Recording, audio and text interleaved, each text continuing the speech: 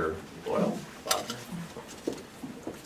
We're going to turn this over to Sylvia Earl. Okay. Good evening, Board Governing Board members and members of Cabinet. I'm here to present an update about the Human Growth and Development Curriculum Review.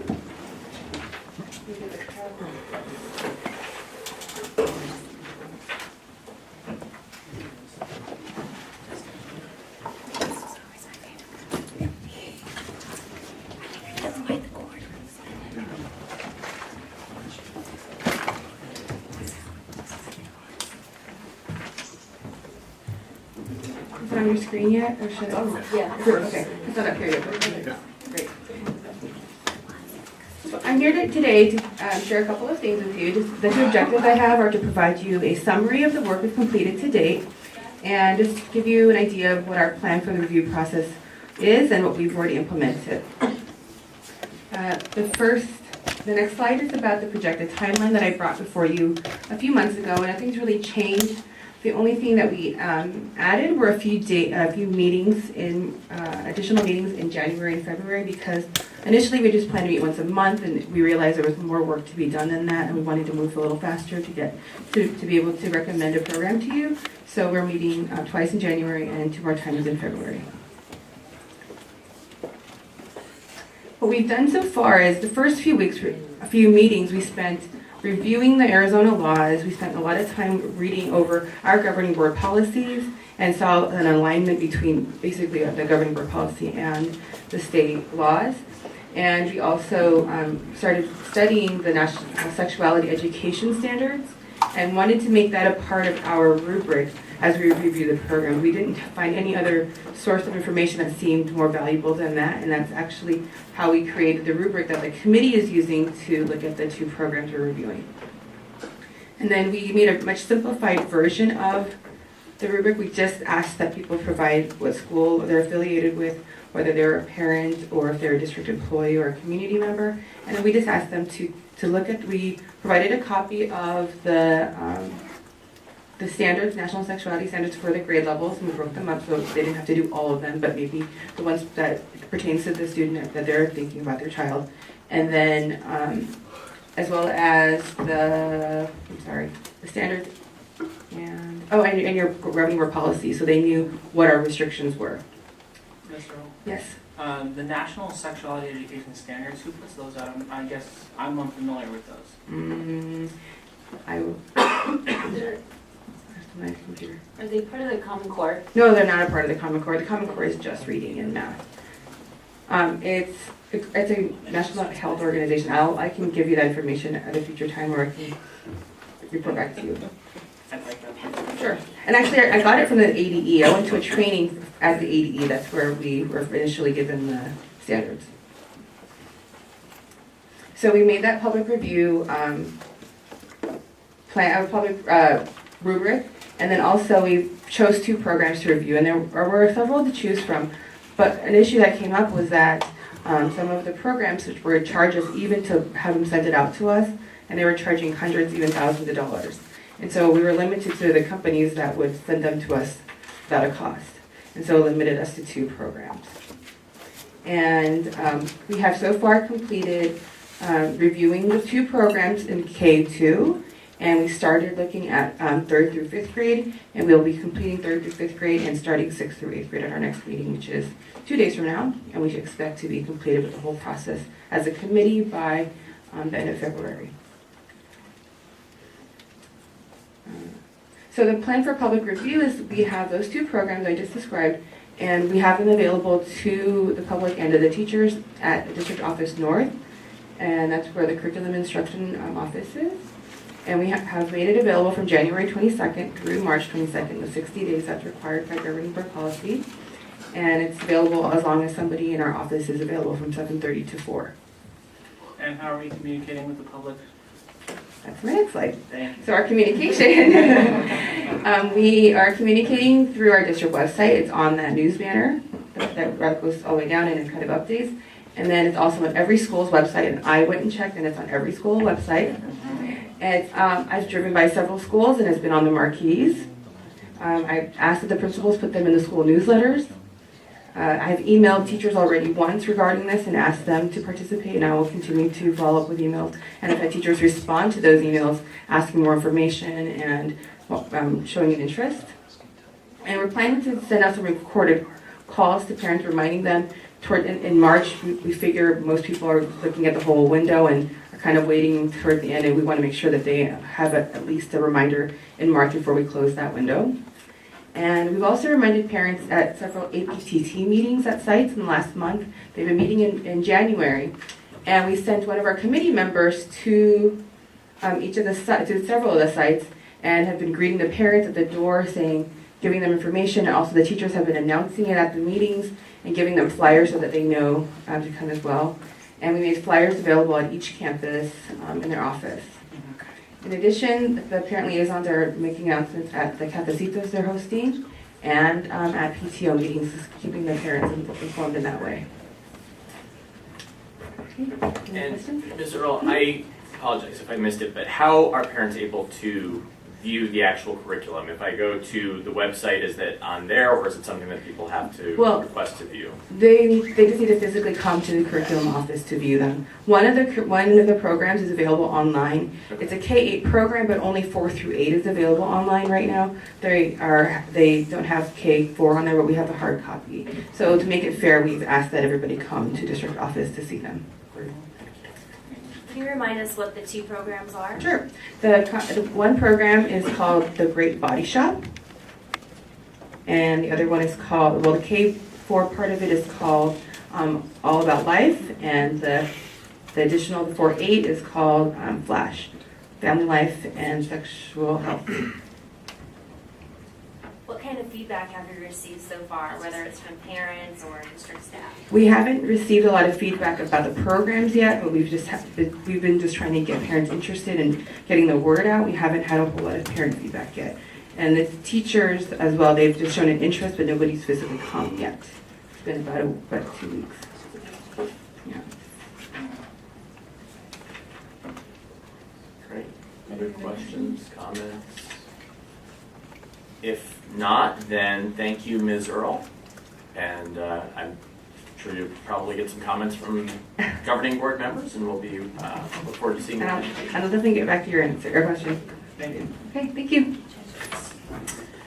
Next up is, under general, is the Federal Relations Conference Report, and Ms. Tiffany Arenas. Sure. Last week I went to the Federal Relations Network Conference, and it's put on by the National School Board Association in Washington, D.C.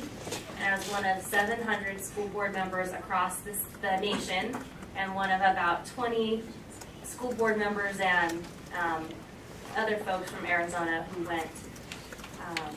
And it was a really, really good experience. We focused on two major federal issues that affect schools, and that is the reauthorization of the Elementary and Secondary Education Act, and also sequestration.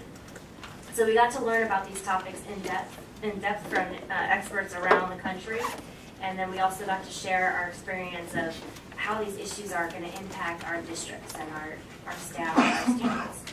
And then on the last day of the conference, we actually got to go to Capitol Hill and lobby on these issues and actually explain the impact right there to congressional staff. Unfortunately, the House was not there, but we did get to meet with Congresswoman Sinema's staff, and they have a lot of experience on the Hill, and they both have the two that we met with both have personal connections to education. One was the first to graduate from college in her family, so education is very important to her. And the other, she comes from a family of teachers. So we really felt that we had some great people listening to us, and they were really responsive to, making sure that sequestration is not reality, and that the ESEA was on their radar. Unfortunately, even though sequestration doesn't look like it's going to go through, there's going to be some kind of cut from the federal government. It won't be as drastic as the original was at 8.2% across the board cuts to all programs. What Sinema's staff said was that every group that's come to Lobby Down the Hill has said no to sequestration. So that's been really, really powerful.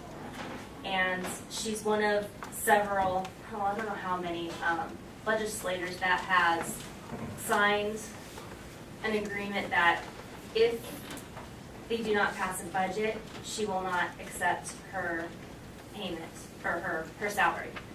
So that was really exciting to hear. And we know that she was really a big supporter of public education when she was in Arizona, so hopefully she'll continue that at the federal level. It was a really good experience, and I encourage any other board members who want to ever be a part of FRN. They need really good people to go and just tell the Creighton story and talk about how the decisions they make impact them. It was a really good experience. And we'll continue to lobby them and work with their staff both in Arizona and in DC throughout the year. That's part of our commitment as going as board members. Ms. Manis, I have a couple questions. Sure. So I know that your task was to lobby Representative Sinema. I'm wondering if you got a report on how those conversations went with our senators, if you shared stories with the other Arizona delegates.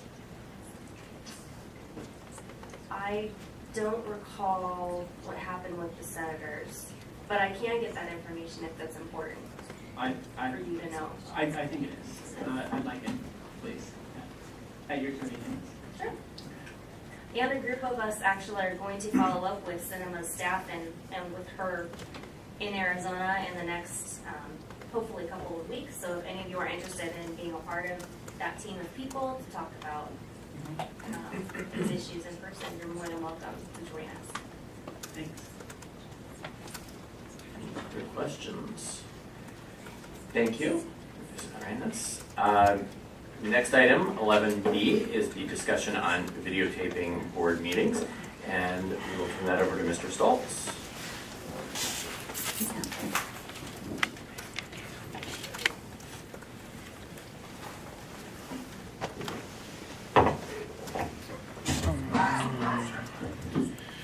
Thank you, Mr. Governing Board President. Board, thanks for allowing me to bring information about videotaping governing board meetings to you tonight. Our agenda is to go over public records requirements, what we're currently doing or what is currently happening. Getting cold now. Possible alternatives, cost of the alternatives, pros, cons, and discussions.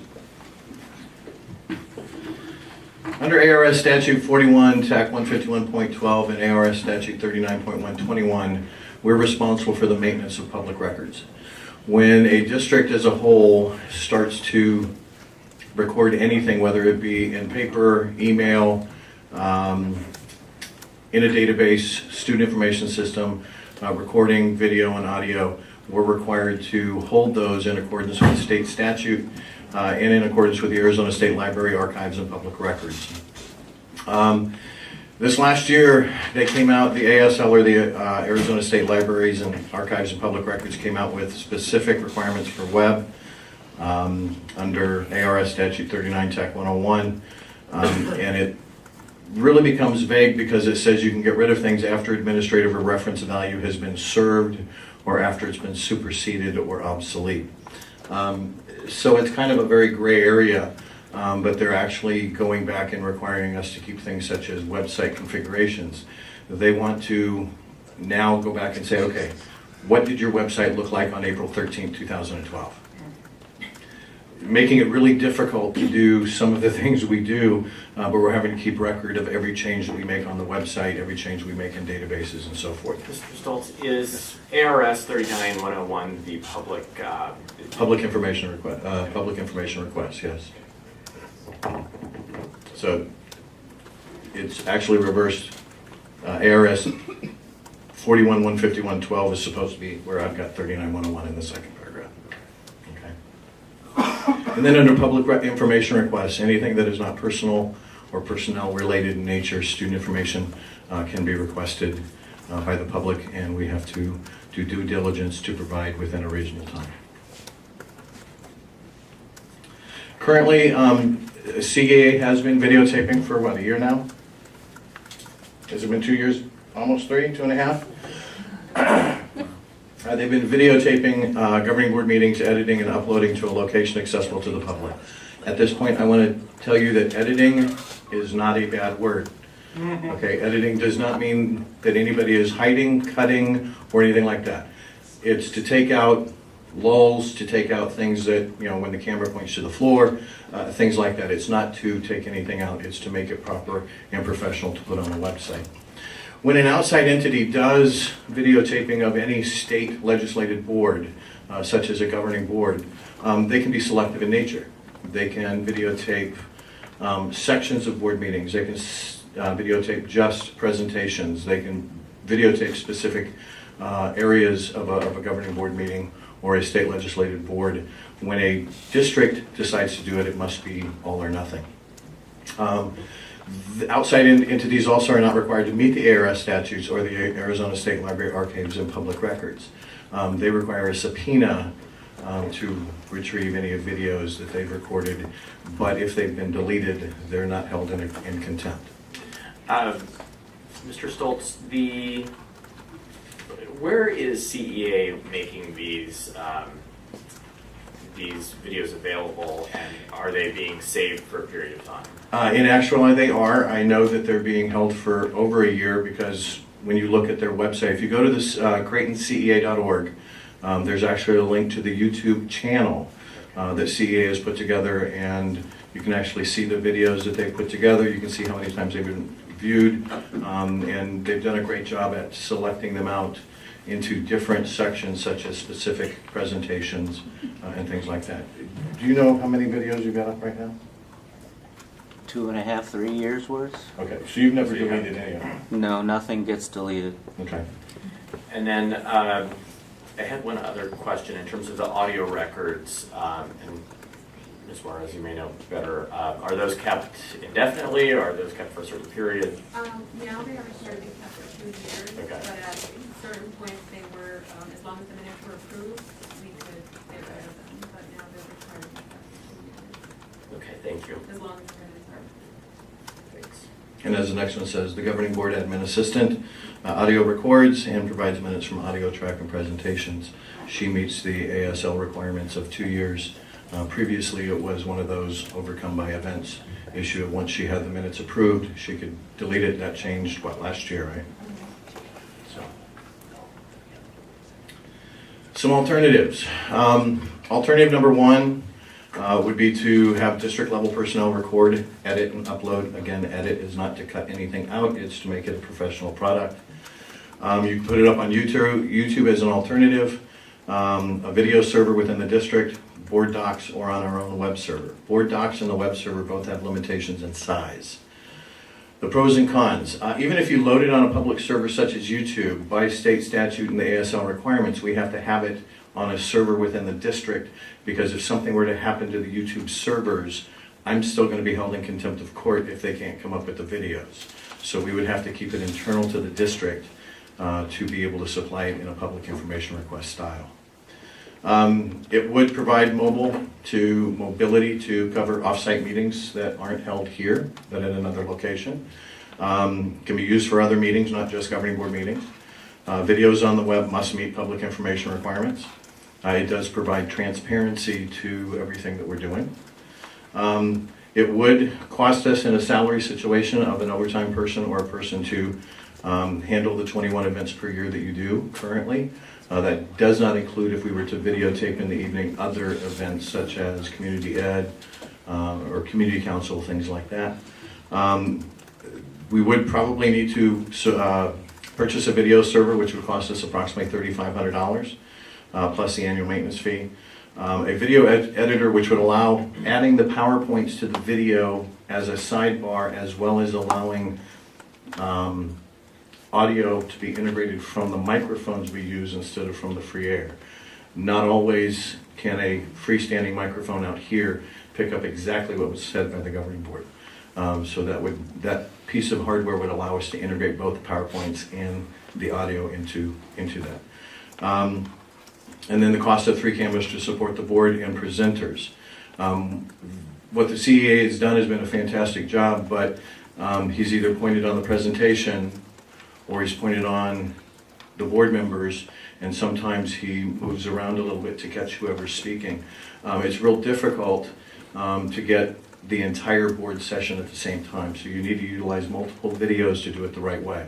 One on the governing board, one on the presenter, and most of the time, most school districts are using more than one video camera on the board so that it doesn't look like you guys are 400 feet away. Any questions on that alternative? I mean, is this what, I mean, I've just browsed some other school districts, like Irene, like what do they do? I will get into that in just a moment. And how do they afford it is another question. Kyrene refurbished their board room. But I'll get into that in just a second. The second alternative is to install a video system here in the governing board. It would have normally 7 cameras. It has the integration equipment that would be probably over here underneath the desk. It would allow the administrative assistant to start the system, and this is where some of the open meeting law issues come into play, because, and Dr. Bowley and I were talking earlier, normally you would do gavel to gavel. The problem is open meeting law, when 3 of you are here and start talking, it's an open meeting law requirement. So some school districts go gavel to gavel and they put it in policy. Some have gone the minute the 3rd board member walks in the room, it's a done deal, they start it. The system wouldn't require an IT person at the governing board session itself. It's no different than the sound system that she's currently using. She would actually start the system, it would start recording, it would integrate the sound, the video, and the presentation. The computer would be connected through the editor system so that it would all go into one single system. It would not provide coverage if you went to another site to have your governing board meeting. So we'd still have to come up with a mobile solution if we were going to go to another site and videotape it that. Videos on the web still must meet public information requirements. Again, you still have a salary of a person taking that video off of the system, ensuring that it's all correct, getting it to either YouTube or whatever solution we've utilized, we will utilize to get those videos up. It would require training and maintenance. The cost of most of those systems, and this is low end, is $15,000 to $18,000. And I've contacted 3 different audiovisual companies that have given me a low end cost of that. To give you an idea, Scottsdale's cost almost $100,000 to put in. Kyrene's wasn't cheap either. But Scottsdale's not only does a recording, it does a live feed. They actually feed to a broadcasting station there in Scottsdale and actually put it on one of the PBS channels in Scottsdale, so it's live while they're going. Kyrene does the same thing. They do a live feed as well. But again, it's not mobile. It can't go to another site. It's all built into their governing board system. Points to ponder, and these are things just to think about when looking at videotaping officially from a district, the governing board meetings. What you see is what you get. So it captures everything that goes on. So it can be anything from somebody walking across the room, somebody talking to somebody else, somebody checking their cell phone, somebody passing a note. It collects all of that data. Not that anybody here does any of that, but that it collects all of that and is recorded and can be publicly requested.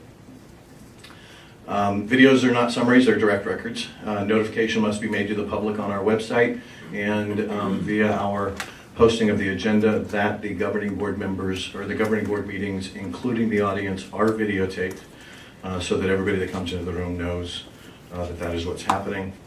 And videotaping by the district must still meet the ARS statutes in the schools and libraries, archives, and public records request.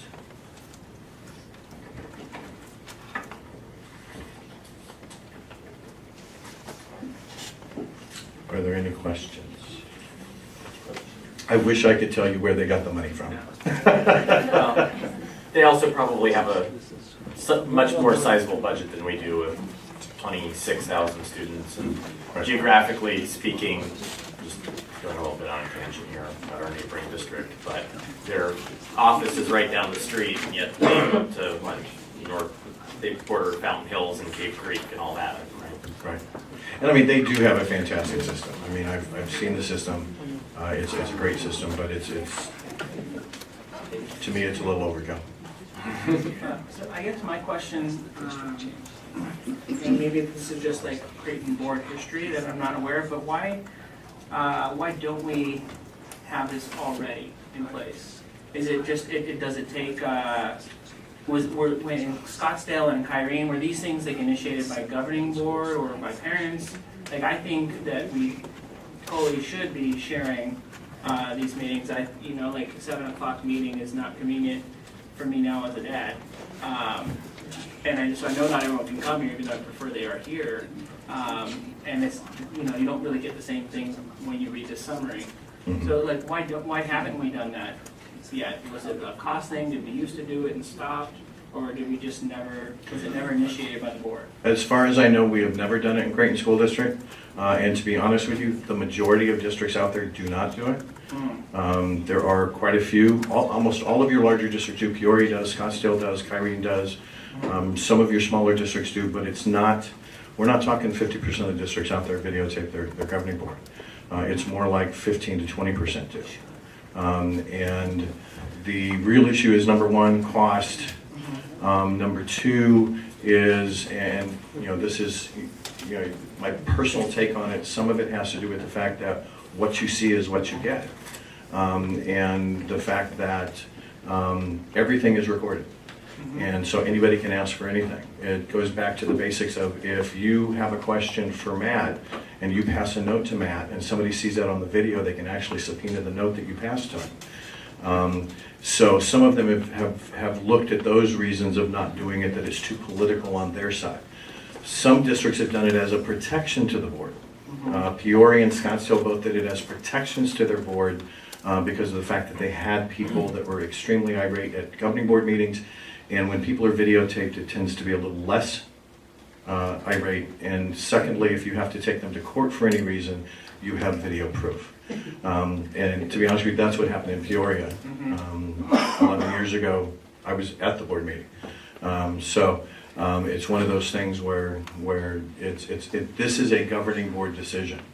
And it's one of those things that has political ramifications, both good, bad, and indifferent. And so that's what every board that has ever gone to it has really had long conversations and struggled with whether they do or they don't. I do like the idea of just open communication. Perhaps it's my background in communications, but also when we went to the ASBA, one of the breakout sessions was about being really honest and accessible to the people within your community. And I think that a lot of school districts are really trying to be open and accessible. And like Carl said, we don't, it is an inconvenient time for a lot of people who have other things going on. So I like the idea of having that kind of information easily accessible to all of the stakeholders within our district. I do also, go ahead. Yeah, I mean, if we were going to, the board would have to decide we want to do this.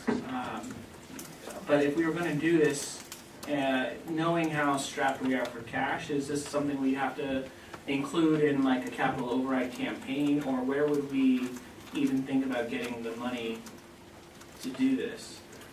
Do we have that in a budget that we can prioritize? This probably would be a capital budget prioritized in the governing board budget. So you would have to plan that into a governing board budget. Where that money came from would have to be capital, but I'm not sure. I don't know that you'd use that as a capital override reason. And I didn't know, I didn't mean a reason, but just if that was the way we went about it. One of the issues I also wanted to point out, and I couldn't get to the website earlier. So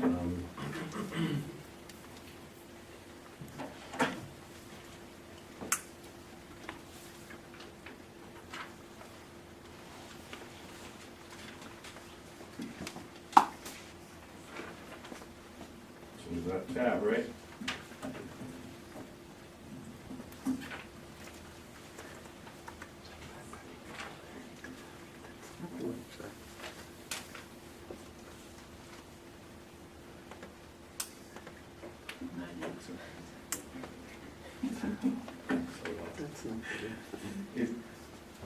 One of the things that I looked at just prior to Christmas, and I won't continue to try to go there, I went to the Creighton Education Association YouTube channels, and I've got 2 pages here of videos.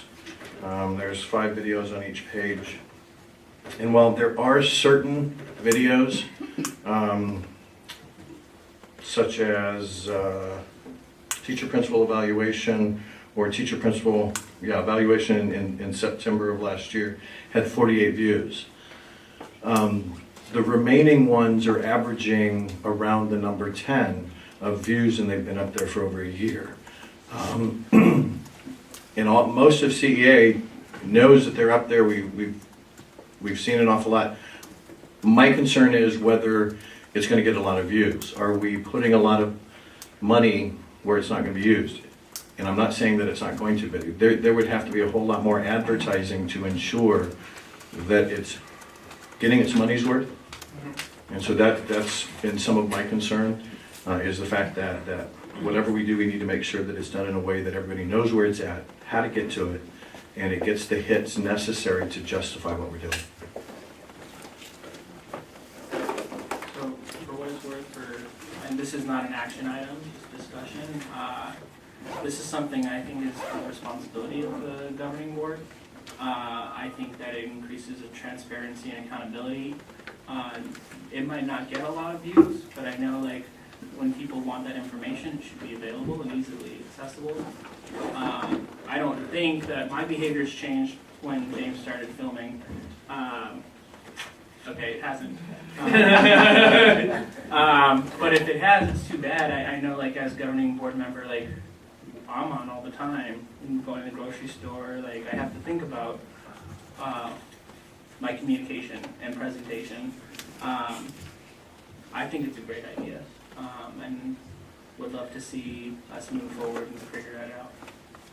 And I do think that it being on the Creighton District website rather than CEA's website is going to have a lot more reach. I think that, you know, it could be promoted in a better way, and if it was done right on the website, then it might be a tool to really engage people in something that they might not normally think about being engaged in. I mean, I think about the legislative committee meetings, and I don't have time to go down there because I'm working, but I love looking at those videos, and I'll just click on the agenda item, and it forwards me to the actual video I want to watch. And I know for sure those cameras don't change those legislators' behavior. Right. I kind of wish they did. And I will say a system that indexes like that is a little more expensive than AT&T. No, I get that. And they didn't used to have that feature either, I don't think, of jumping forward. If the legislature could afford it.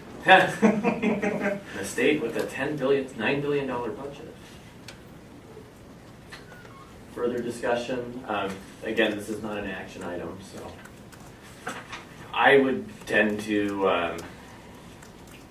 I guess my thoughts are that this is something that's already happening. I understand it would be better for us to have it done as a district, and it'd be wonderful to retrofit this room. We might do other things with it if we were doing that, but for now it is on there. So thank you, CEA. I know that it's one more thing that teachers don't get paid by the district to do, and they do for free for the benefit of our community. But we may have to address this, and if anyone certainly wants to put it on the future agenda item as an action item, we can do that. But thank you. But you don't have to act now. It's certainly something you can do at any time. One more thing that I'd like to add to, I had the good fortune this weekend to actually go on the DC trip myself, and I'll talk about it another time, but we got a chance to speak with Arnie Duncan's personal assistant, and boy, Denise something was her name, I'm sorry, but one of the things that she said was that what the federal government is asking people to do at the state and local level is really just be more active, you know, and to really engage with their elected officials, and to and to just be more present when it comes to politics. So just thinking along those lines, I think this is definitely something that should be considered. Not that I'm putting it on future agenda item right now, but it's something that I think we should all really look into, do our own research, see what other districts are doing, and make ourselves as accessible and communicative as possible. Mhm. Thank you. Thank you, Mr. Stoltz. And next, we have the legislative and political report.